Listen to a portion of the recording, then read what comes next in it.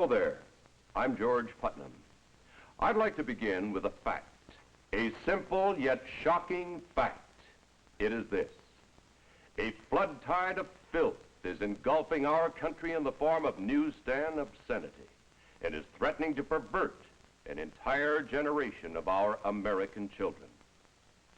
We know that once a person is perverted, it is practically impossible for that person to adjust to normal attitudes in regard to sex. Yet much of this material has been described as an illustrated, detailed course in perversion, abnormal sex, crime, and violence. It is also a fact that no matter who buys this material, 75 to 90% of it ends up in the hands of our children. Now, you might ask yourself, why this sudden concern? Pornography and sex deviation have always been with mankind. This is true. But now, consider another fact. Never in the history of the world have the merchants of obscenity, the teachers of unnatural sex acts, had available to them the modern facilities for disseminating this filth. High-speed presses, rapid transportation, mass distribution, all have combined to put the vilest obscenity within reach of every man, woman, and child in the country. In the past few years, this obscenity traffic and salacious newsstand literature have become increasingly worse, not only in content, but in volume.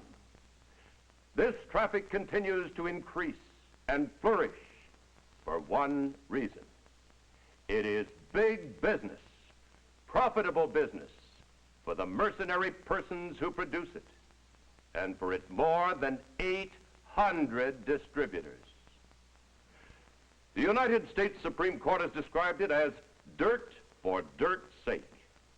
We describe it as dirt for money's sake. Obscene literature is a $2 billion a year business. That's $2 billion. Through this material, today's youth can be stimulated to sexual activity for which he has no legitimate outlet. He is even enticed to enter the world of homosexuals, lesbians, sadists, masochists, and other sex deviants. The psychiatric terms for these unnatural sex acts are unknown to most decent adults in our country. But through this salacious material, these abnormalities are corrupting the minds and the hearts of our children. Perversion for profit. Here is the most vicious, the most insidious feature of these publications.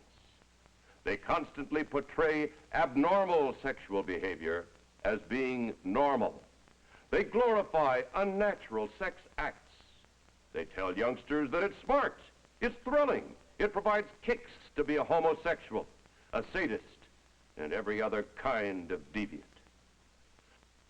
The Military Chaplains Association of the United States, practically every major fraternal, civic, and religious organization, the juvenile court judges, the Federal Bureau of Investigation, innumerable psychiatrists, sociologists, and psychologists attribute the moral decay among our people in very large part to the obscene and pornographic literature so prevalent in our society.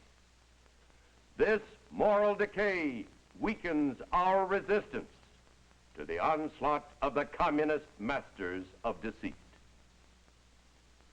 A major factor that makes youngsters prime targets for this printed filth is the natural curiosity of youth about the mysterious force of sex.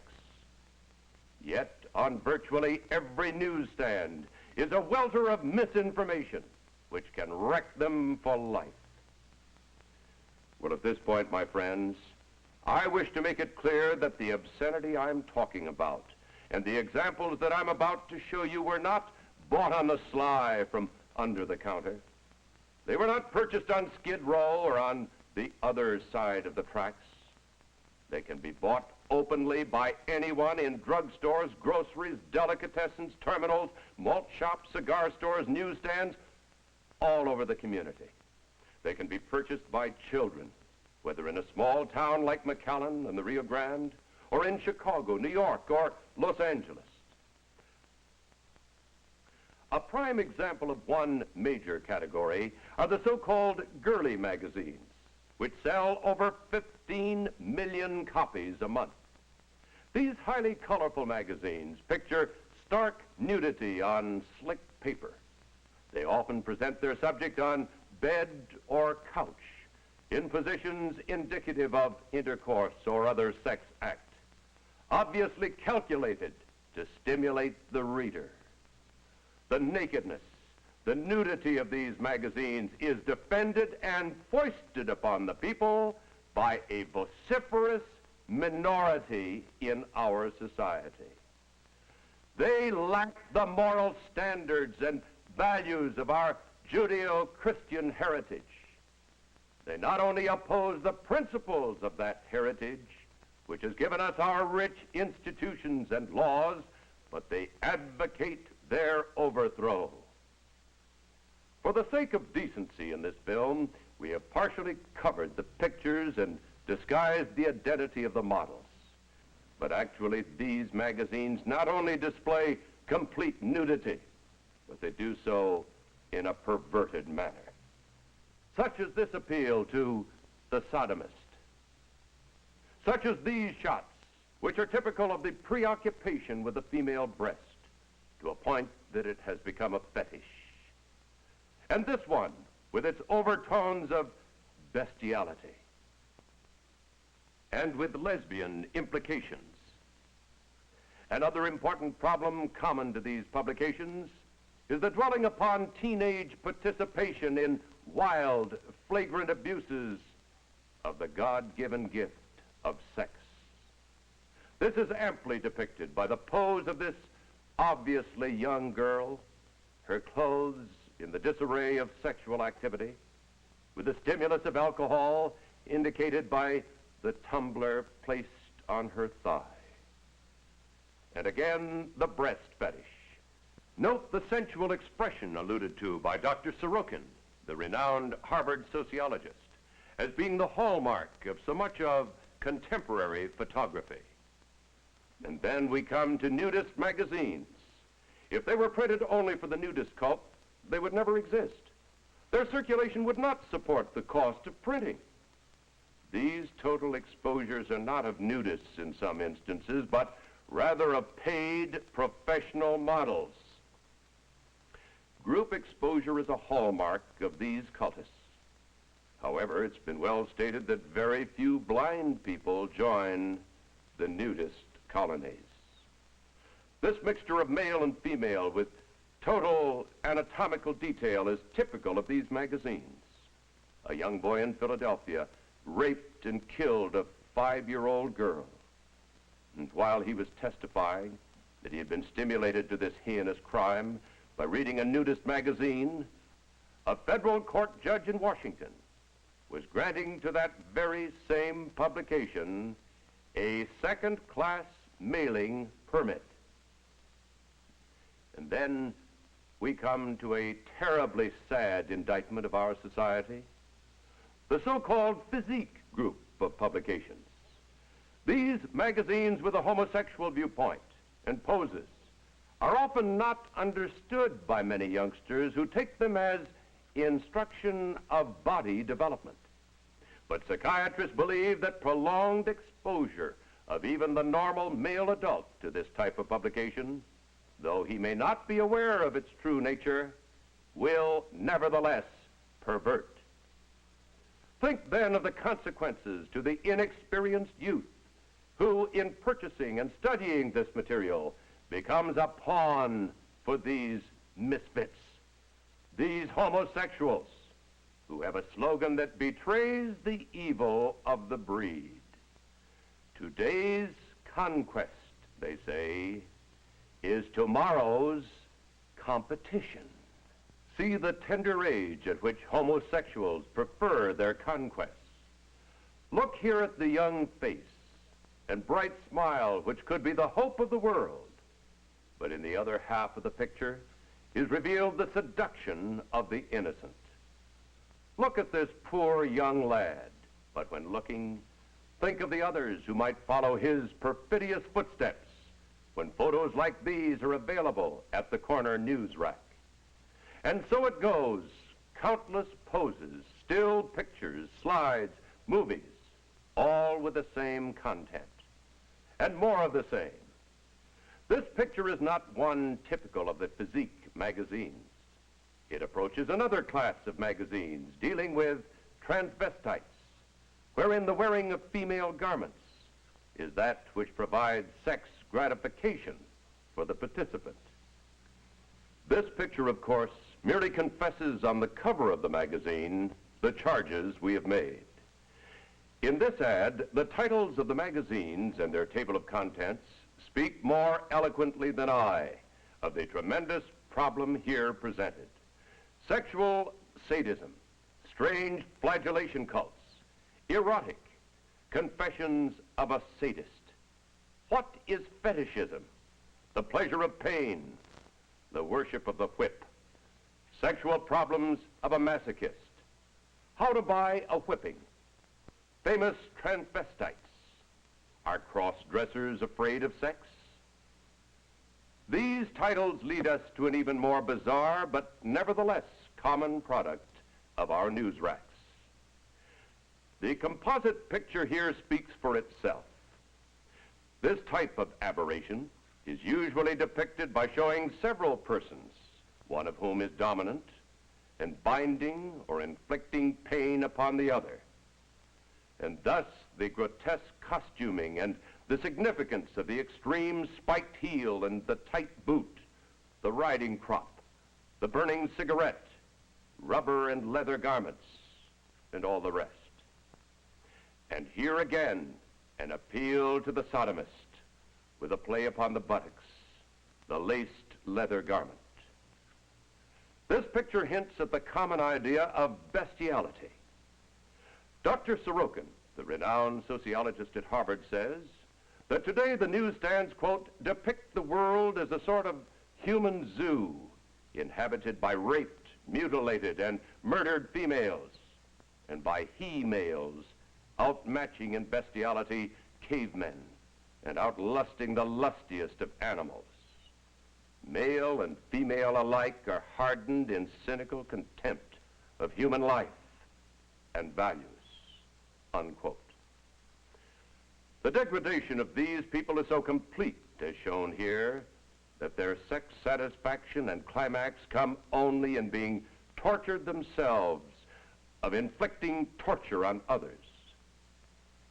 Even the blasphemy of the human body is depicted in this devilish, sadistic shot, becoming more and more common on our newsstands of America. Seldom have you been in a supermarket without brushing by the news rack with the so-called men's adventure magazines, where with word and picture, lust and violence filled pages devoured by juvenile eyes. It would seem that publishers of this material deliberately print these magazines, in the parlance of the narcotic, to hook the adolescent into the knowledge of the unnatural. These publishers know well that once so exposed, the insatiable curiosity of youth will cause him to delve deeper and deeper into this grotesque material until his utter depravity is complete. All of you have heard of mail order obscenity. The problem is graphically illustrated by these advertisements, all of which were clipped from this one copy of a single girly magazine. In these, as well as in all the other groups of magazines, the rawest materials can be ordered through the United States mails. And thus, newsstand publications create a market for illustrated, hardcore pornography. After these displays, you probably think that there couldn't be anything worse. But perhaps the most insidious single group of publications is the cheap pocketbook. In page after page of these so-called novels, sex organs, positions of intercourse, abnormal sex practices of every kind are described with intimate physical detail. Nothing is left to the imagination. An invitation even is extended to the reader to come join the fun. Teenagers particularly are liable to pull down the corners of the obscene passages, the more readily to dwell on them over and over and over again. And the teenager soon gets to recognize the publishers of the worst material and seeks out their products.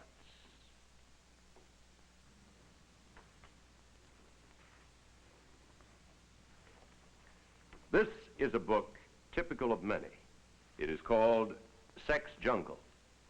I would like to read you a passage from this book, not because it is particularly obscene, but because it portrays a philosophy that is aimed at our young people. This philosophy is not just in this book, but through all of this material. A 16-year-old boy, member of a gang, has just clubbed an old man in the course of a robbery, and he's thinking back over his accomplishment. Maybe he would die. That would mean I had murdered him. I smiled, trying the idea on for size. One of the things that always had cheesed me a little was that I had no kills to my credit. I'd been in plenty of rumbles, but somehow I'd never cooled anyone. Well, maybe now I'd have my first one. I couldn't feel very proud of sculling an old man, but at least I could say that I'd scored. That was a big kick. What are we alive for except to grab all the kicks we can? Sex, that's a kick. Sure, a damn good one. A guy can't ever get enough of that. Drinking, that's another kick. An okay kick. Marijuana, sure. M's good too, if you don't let it get the upper hand with you. Heroin, H. There was something to be said for that. I'd tried it. But horse isn't such a good kick because it takes more than it gives. And before long, you use it and you don't get any kick. There were others. Rape. That was a kick that I'd tried a couple times. It makes you feel real big to grab a girl, rip her clothes off, and take her. The way I figure it, you get kicks from what you do to other people. If you take something from a girl that she values, you've gained something. Or at least that's the way I look at it. I'm brainier than a lot of gang guys. I spend a lot of time thinking. Maybe I should have been a professor. And the way I thought it out, taking a girl's cherry's a hell of a gratifying thing. And so is murder. That was one kick I hadn't experienced yet. Taking life, that's living big. Only I wasn't happy about doing it this long, drawn-out way. An old man slowly dying. There wasn't much kick in that. But sticking a knife into a guy, twisting upward, that must be something. End of quote.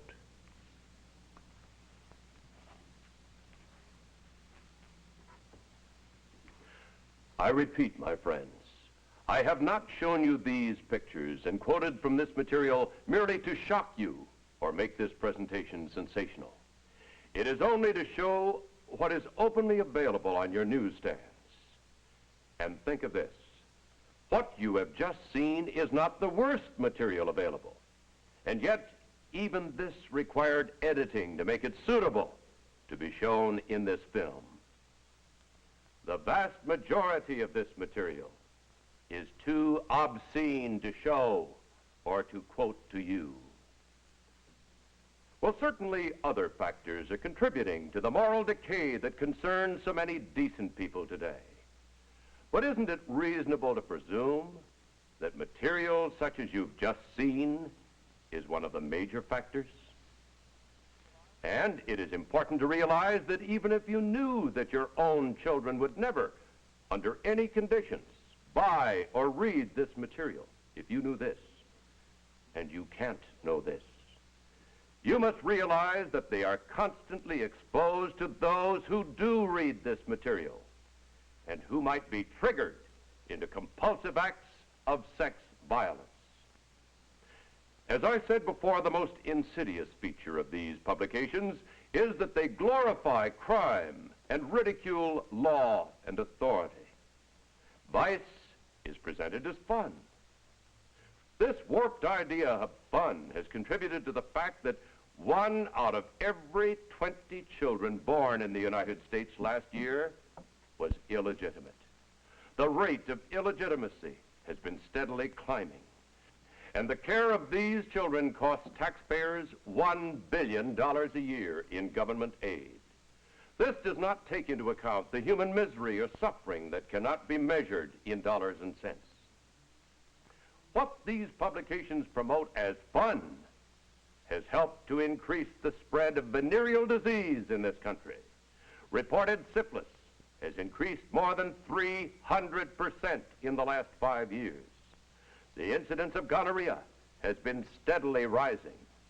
One segment of the increase occurs among the expanding homosexual population. But even more startling is the fact that the greatest increase in venereal disease is among children 10 to 18 years of age.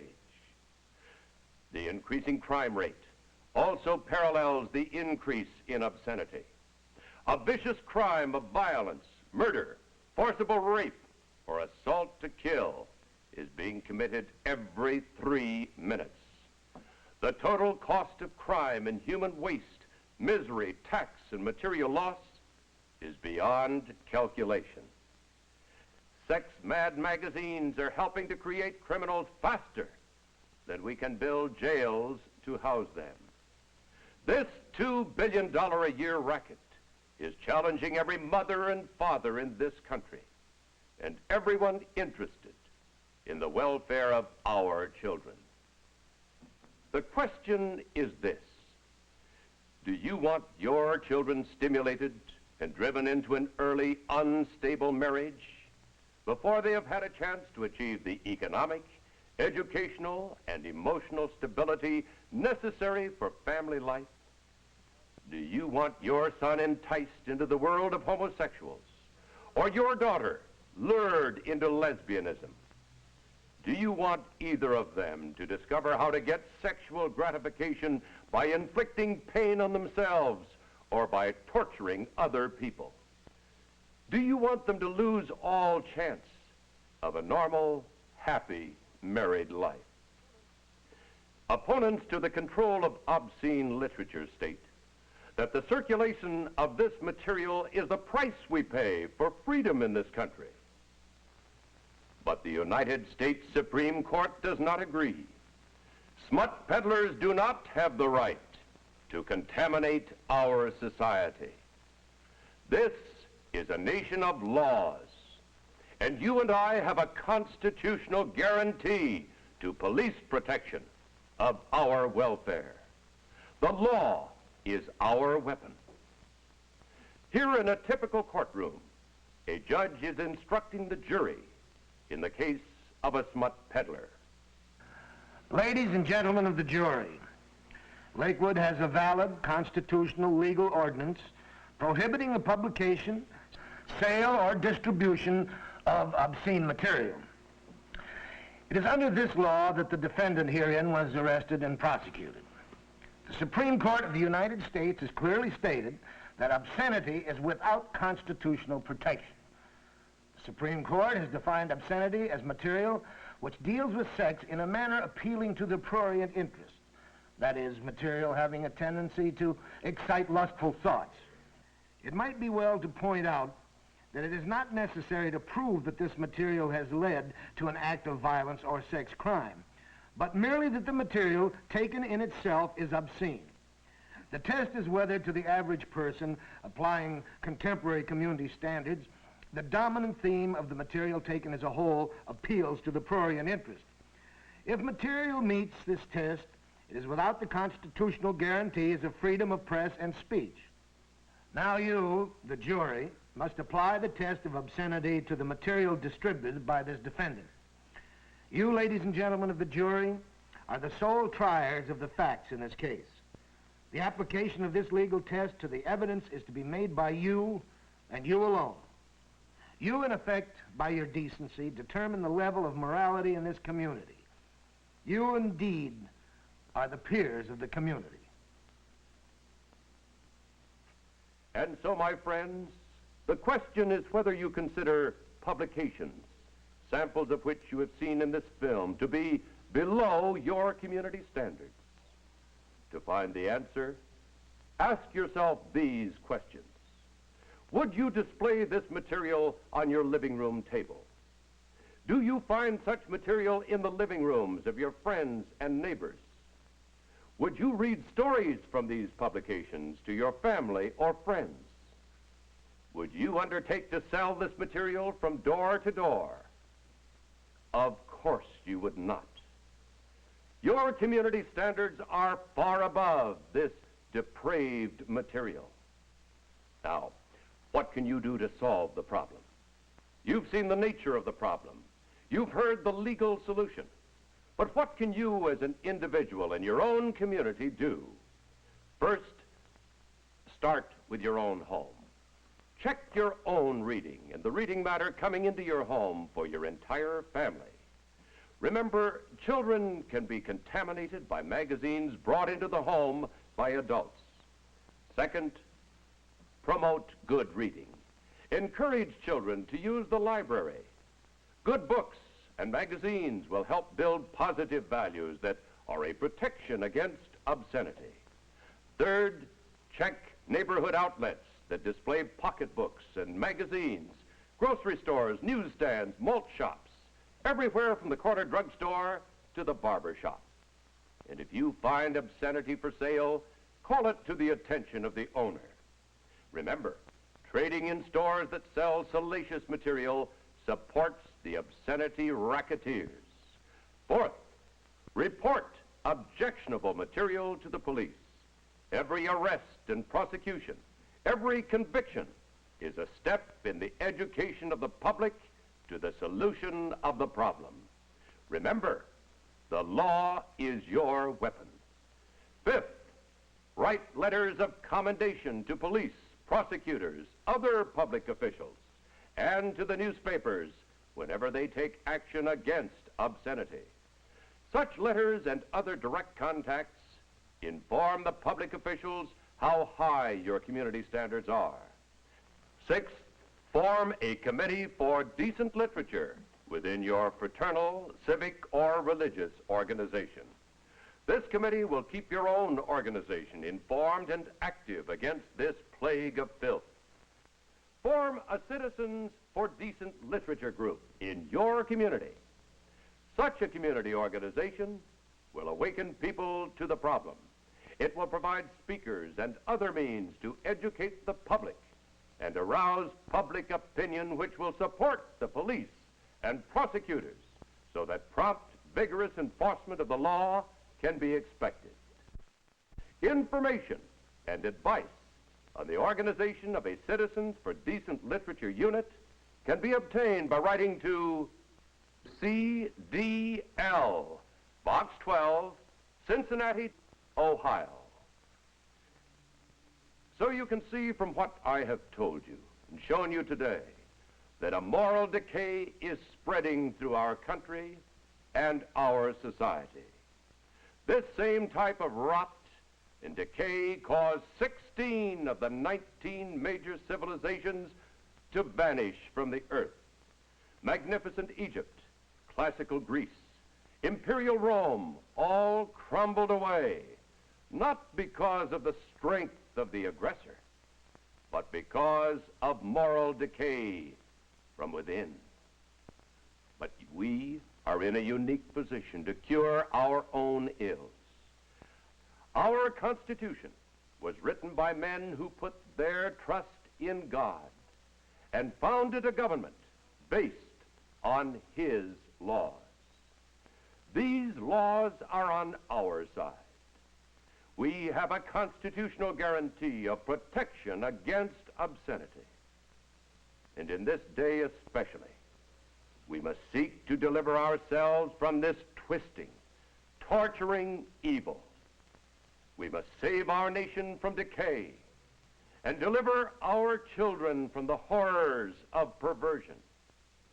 We must make our land, the land of the free, a safe home. Oh God, deliver us, Americans, from evil.